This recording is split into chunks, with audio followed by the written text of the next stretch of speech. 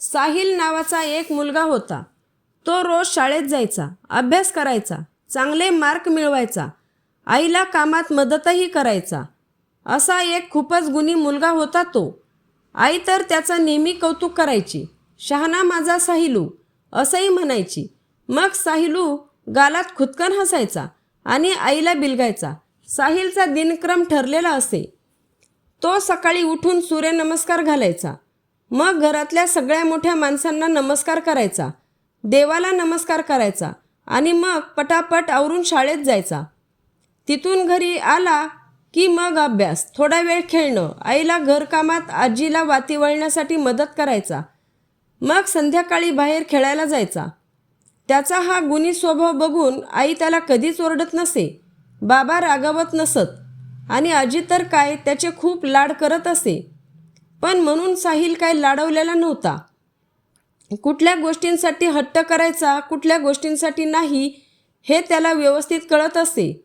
साहिल वर्गात पण सगळ्यात हुशार होता, पण त्याला भारी प्रश्न पडत असत. हे असंच का घडतं? पाऊस का पडतो? अन्न कसं तयार होतं?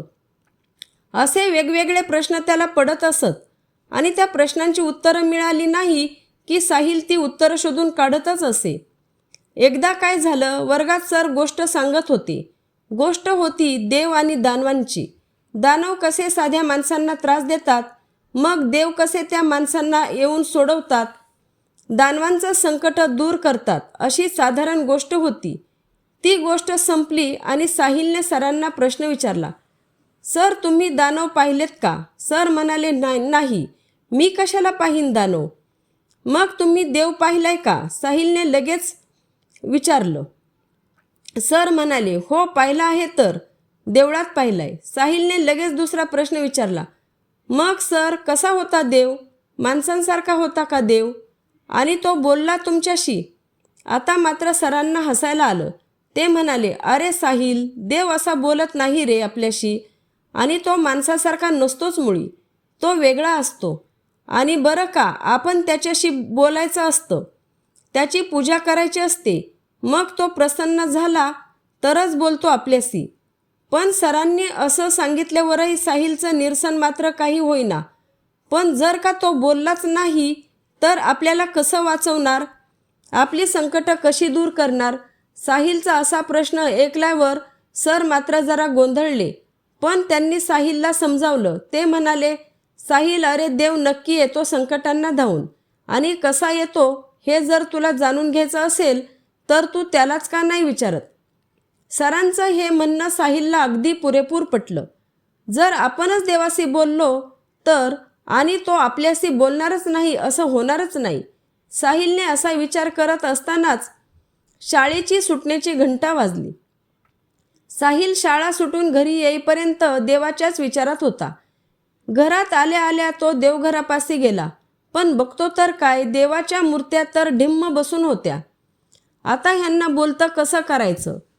तेवढ्यात साहिलला आईची हाक ऐकू आली.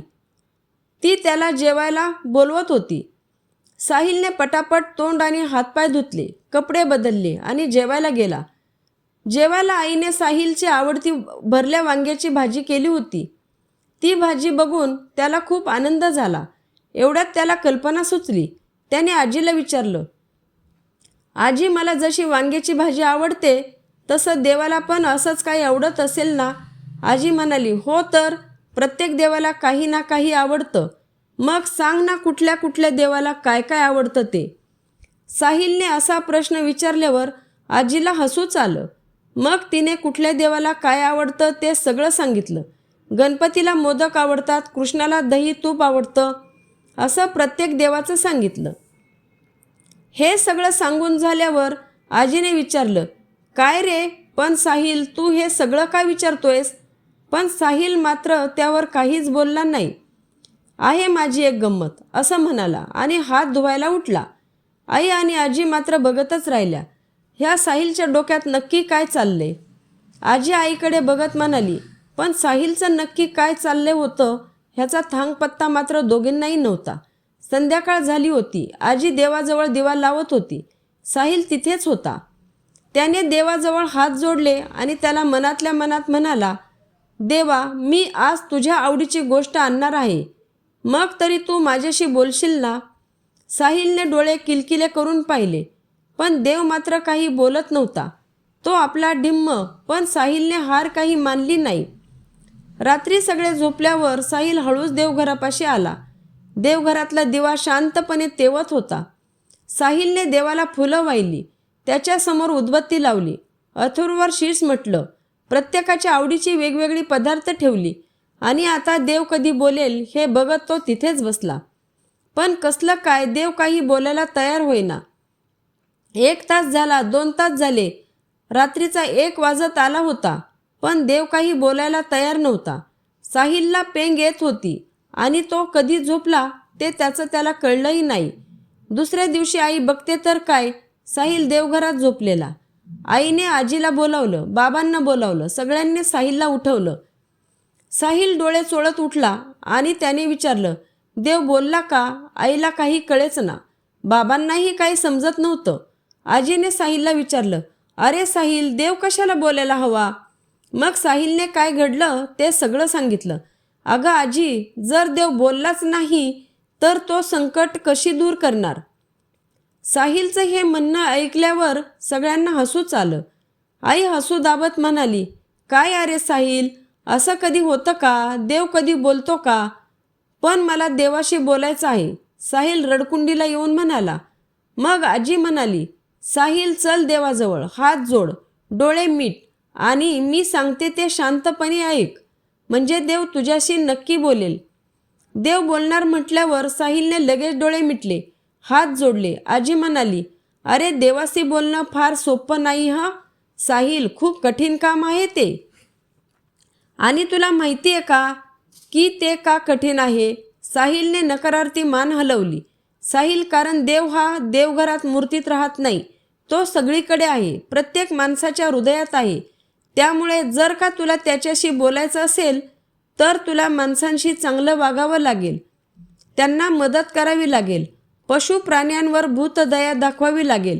हे जर तू केलंस तरच देव बोलेल तुझ्याशी.